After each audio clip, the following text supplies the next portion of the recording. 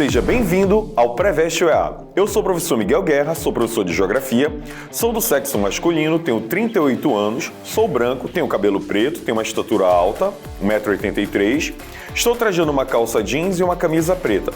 O ambiente de aula é um estúdio de televisão onde usarei uma tela interativa para as anotações.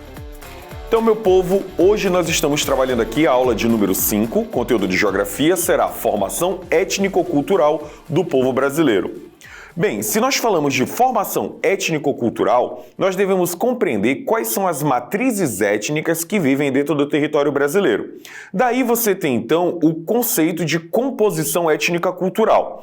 Refere-se a um conjunto de grupos étnicos e culturais que formam a identidade do povo brasileiro. Então, saca só, falou em composição étnico-cultural, falou em identidade do povo brasileiro. Só que ao olhar essa figura aí, você começa a perceber que o povo brasileiro parece todo mundo.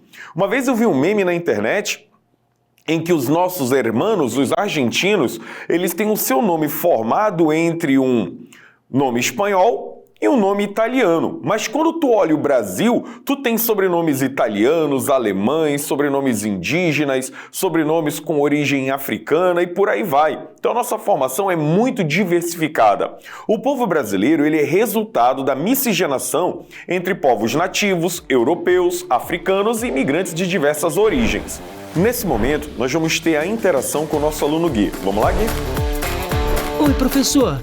Por que o passaporte brasileiro é o mais falsificado no mundo? Cara, essa pergunta é pesada, irmão. Seguinte, é mais ou menos um boato que rolou nas redes sociais dizendo que o nosso passaporte era muito atrativo para espiões e tudo mais. Mas sabe por que isso? Porque, como eu já disse, irmão, o brasileiro parece com todo mundo, irmão. Olha pro colega do teu lado. Se tu falar que ele é boliviano, se tu falar que ele é colombiano, se tu olhar lá pro outro lado da rua, tu falar que o cara tem origem africana, e aí tu olha na mesma rua, tá passando o brancão louro dos olhos azuis, parecendo um super saiyajin, e tu diz que ele é alemão. Ou seja, o brasileiro parece com todo mundo porque a nossa população é muito miscigenada. Então isso chamava a atenção porque a possibilidade de espiões utilizarem o nosso passaporte. Eles conseguiriam passar tranquilamente pelos lugares simulando ser um brasileiro. O lance é o nosso idioma, que é meio pesado. Mas vamos lá. Gui, espero que você tenha compreendido e pega a visão dentro desse assunto. Os principais componentes que a gente vai trabalhar aqui dentro da questão da nossa matriz étnica, começa pelos povos indígenas. Os povos indígenas são classificados como os nossos primeiros habitantes. Eles contribuíram bastante para a formação do nosso idioma, a questão dos nomes, da nomenclatura, toponímios, algumas palavras indígenas que usamos no nosso vocabulário, a questão da culinária, os saberes tradicionais, a relação com os nossos ecossistemas. Além deles, compõem também a matriz brasileira os europeus, em especial os portugueses, que foram os principais colonizadores. Dica importante: quando se fala da chegada dos portugueses no Brasil, nós usamos o termo colonizadores. Quando o Brasil se torna um país independente, já não é mais adequado falar colonizadores. O Brasil independente, os portugueses que continuam vindo para o Brasil são chamados de imigrantes. O nosso terceiro referencial são os africanos. Os africanos que foram trazidos à força para o território brasileiro ao longo do período colonial e também ali Brasil Império, no primeiro momento do Brasil Império, entre os séculos XVI e século XIX, foram vítimas de tráfico humano, o tráfico negreiro, como nós conhecemos na história. Eles contribuíram bastante também para a questão da religiosidade, não é só a população branca com o catolicismo, os africanos também trouxeram para a gente a questão do candomblé, da umbanda, a música, a culinária e a luta por direitos. Então, 3 elementos estão constituindo nesse momento a nossa matriz étnica. Nós temos a população indígena, os povos indígenas. Segundo lugar, os brancos, descendentes de europeus. E o terceiro lugar, a população de cor preta, originária da África. E nós também temos outros imigrantes que acabaram contribuindo para a nossa matriz étnica. Desses outros imigrantes, a gente tem no século XIX e século XX a chegada de italianos, alemães, espanhóis, japoneses e sírio-libaneses, que também contribuíram bastante para a nossa diversificação. No caso dos imigrantes italianos e alemães, a sua maioria acabou ficando na região sudeste e migrando para a região sul do Brasil. Isso já ajuda você a compreender por que a coloração da pele dos sulistas é branco. O que acontece é que lá no período do Império Brasileiro e depois já no início ali da Primeira República, o governo brasileiro induziu a migração de colonos italianos e alemães para a região sul do Brasil, numa tentativa de povoar uma região que era até então vulnerável à possibilidade de invasões. O Estado contribuiu distribuindo pequenas propriedades para esses agricultores vindos da Europa. Então, nesse momento, a gente tem aqui também a questão da diversidade regional. Como eu já mencionei, a região sul do Brasil com a predominância de imigrantes europeus. No caso da região norte e nordeste, nós temos uma grande presença de indígenas e afrodescendentes. Se a gente for olhar para o Amazonas, uma dica bem importante. O Amazonas é o segundo estado de coloração parda no Brasil. O primeiro estado é o Pará. Quando você pegar a sua prova de vestibular, a Amazônia tem uma composição parda. Mas quando nós falamos em brancos, tu já pensa onde? Sul do Brasil. E se a gente falar em população preta? E eu acho que você deve ficar pensando, né, professor? Qual é o correto falar? É preto ou é negro? O IBGE utiliza o termo negro para se referir a todos aqueles não brancos. Foi uma classificação que o IBGE criou no século XX, na hora de definir a matriz brasileira. E assim, então, passou a ser considerado negro os pardos e também passou a ser considerado negro os pretos. Então, o que é o negro para o IBGE? Ah, professor, eu não aceito, eu não concordo, beleza, é opinião, beleza, é percepção, é identidade. Mas o IBGE utilizou o termo para se referir a quem? Pretos e pardos, IBGE. E aí a gente usa a cor da pele, IBGE usa branco, usa preto, usa pardo, usa indígenas e a coloração amarela para os asiáticos ou descendentes de asiáticos. E aí, vendo então toda essa característica de miscigenação e identidade, como eu já disse, você tem brancos, pardos, pretos, indígenas e amarelos, tu tem uma identidade cultural plural, rica e que está em constante transformação. Então essa é a nossa matriz étnica. Lógico que nós temos desafios pela frente, principalmente a questão da persistência das desigualdades sociais e raciais no Brasil, a luta pelo reconhecimento de culturas marginalizadas como quilombolas, indígenas, ribeirinhos e a importância de políticas públicas e educação antirracista, que está em alta e pode constar na tua prova de vestibular. Vamos agora à interação com o nosso aluno Léo. Léo tem uma pergunta, diga lá. Qual é a minha cor?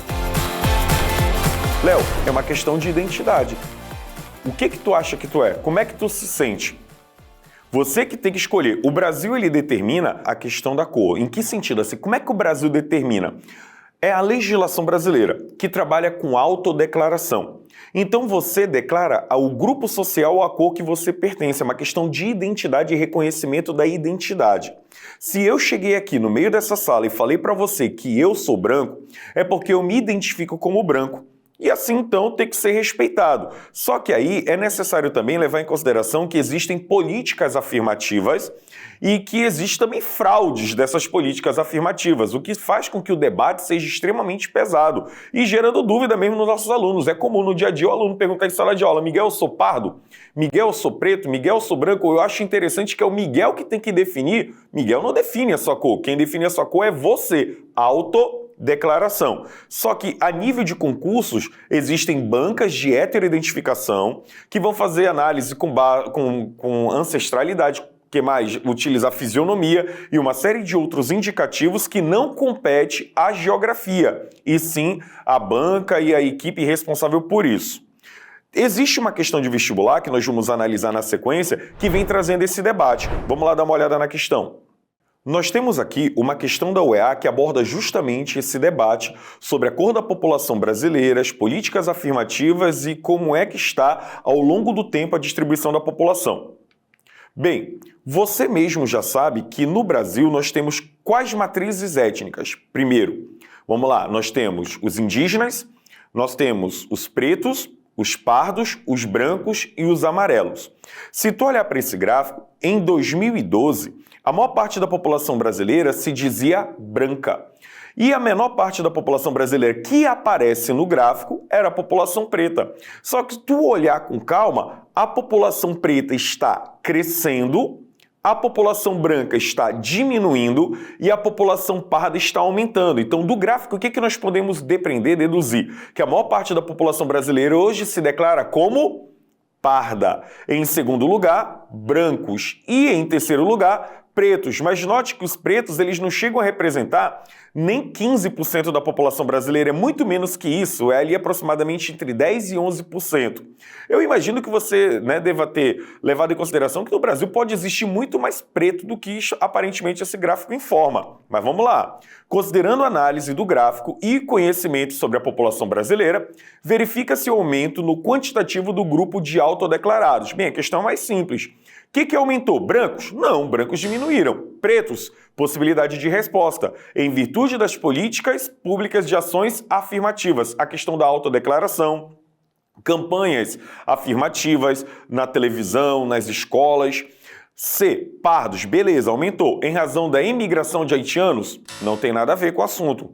E aí você tem a letra D, brancos, tu já descarta, e letra E, pretos, de novo, ou seja, 2 vezes repete, falando em função do processo de miscigenação no país após 90. A miscigenação do Brasil ela acontece desde o período colonial, então nitidamente é a autodeclaração e o incentivo às políticas públicas de afirmação, que desde a nossa Constituição, quando colocadas em prática com incentivo do Estado, acabaram sendo difundidas e hoje você tem representatividade nas novelas, nos filmes e que gera muito debate. Você vê aí a presença de mais personagens pretos, mais personagens latinos fora do Brasil, mais personagens pertencentes a grupos LGBTQIA+, e tem uma parcela da sociedade que não concorda com isso e outra parcela. Então existe um debate sobre essa questão da presença do preto, da presença do pardo, da presença do indígena. Vamos para mais uma questão aqui. Na questão de número 2, nós temos um mapa e esse mapa mostra essas bolas, indicando comunidades, só que necessariamente a gente precisa saber quais são as comunidades. Para que a gente chegue a esta análise, você precisa primeiro, aqui do nosso enunciado, ou com base na análise do mapa, e em conhecimento sobre a formação do território e da população brasileira, a quantidade de terras representadas corresponde. Então, para chegar nessa resposta, a gente tem que voltar aqui. Você já olhou qual é a região do Brasil onde tem a maior parte dessas comunidades? Você olhou para a Amazônia e percebeu que tem bem pouquinho, mas a maior parte dessas comunidades está na região nordeste do Brasil. Isso acontece porque a região nordeste do Brasil tem uma grande quantidade de população de origem africana. Então não poderia marcar a letra A, não tem relação com a população indígena, nem a letra B, porque não são os assentamentos caiçaras. Letra C, comunidade quilombola, passível de ser resposta.